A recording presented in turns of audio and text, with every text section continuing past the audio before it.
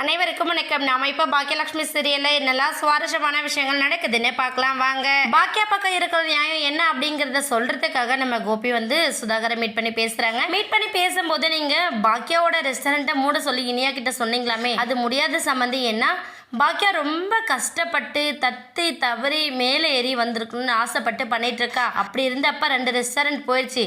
இன்னொரு ரெஸ்டாரண்ட்டு நீங்கள் தான் வாங்கினதா இனியா சொல்லிட்டா. அதை தாண்டி இப்போ வச்சிருக்கிற ரெஸ்டாரண்ட்டையும் கண்டிப்பாக இனியாவால் மூட சொல்லி எப்படி சொல்ல முடியும் சம்மந்தி? அது முடியாது.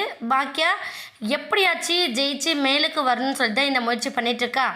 நானாக இருக்கட்டும், நீங்களாக இருக்கட்டும், வேறு யாருமே அவளை க்ளோஸ் பண்ண சொல்லி சொல்ல முடியாதுல்ல அப்படின்னு சொல்லிட்டு நம்ம கோபி சொல்கிறாங்க. கோபியோட இந்த கேரிங்கை பார்த்ததுமே சுதாகர் கொஞ்சம் இரிட்டேட் ஆகுறாங்க. பரவாயில்ல, உங்களோட எக்ஸ் ஒய்ஃபுக்காக இவ்வளோ நீங்கள் பொறுமையாக யோசிக்கிறது ரொம்ப நல்ல விஷயமா இருக்குது சம்மந்தி அப்படிங்கிற மாதிரி அவர் எப்போ பார்த்தாலும் எல்லாரையும் சமாளிக்கிற விதமாகவே பேசுகிறாரு. இதை நம்ம கோபி தெரிஞ்சுக்கிட்டாலும் என்ன பண்ணாங்கன்னா, இல்லை சம்மந்தி, இந்த ஒரு விஷயம் பேசியாச்சு, ஆனால் இதை தாண்டி நான் என்ன சொல்ல வரேன்னா, இன்னொரு தடவை இதை பற்றி நீங்கள் யோசிக்காதீங்க அப்படின்னு சொல்கிறாங்க. உடனே சுதாகர் என்ன பண்ணுறாருன்னா, இங்கே பாருங்கள் சம்மந்தி, நான் சொல்லிட்டேன், எனக்கு இத்தலோண்டு உள்ளங்கை அளவுக்கு பொட்டிக்கடையை வச்சு நடத்துறது கௌரவ பிரச்சனையாக இருக்குது, ரொம்ப ஓப்பனாக சொல்லிட்டேன்.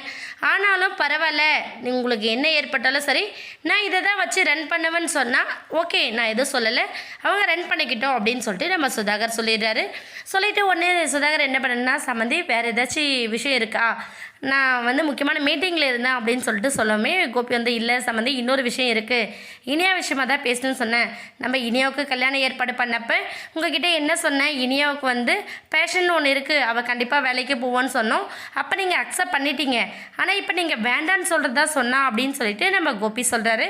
உடனே சுதாகர் ஆமாம் சம்மந்தி, ஆரம்பத்தில் சொன்னோம், ஆனால் இப்போ வேண்டான்னு தோணுது. என்ன காரணம்னு பார்த்தீங்கன்னா, இனியாவுக்கு இங்கே இருக்கிற சொத்து பற்றி எல்லாமே அவங்க ஆள்றதுக்காக தான். அப்படி இருக்கும்போது 10க்கும் 15,000க்கும் யார்கிட்டயோ போய் வேலை செய்கிறது எனக்கு ரொம்ப கௌரவ பிரச்சனையாக இருக்குல்ல சம்மந்தி. இன்னொன்று சொல்கிற கேளுங்க, ஒரு விஷயத்தில் நீங்கள் வேண்டான்னு சொன்னீங்க, நான் விட்டுட்டேன்.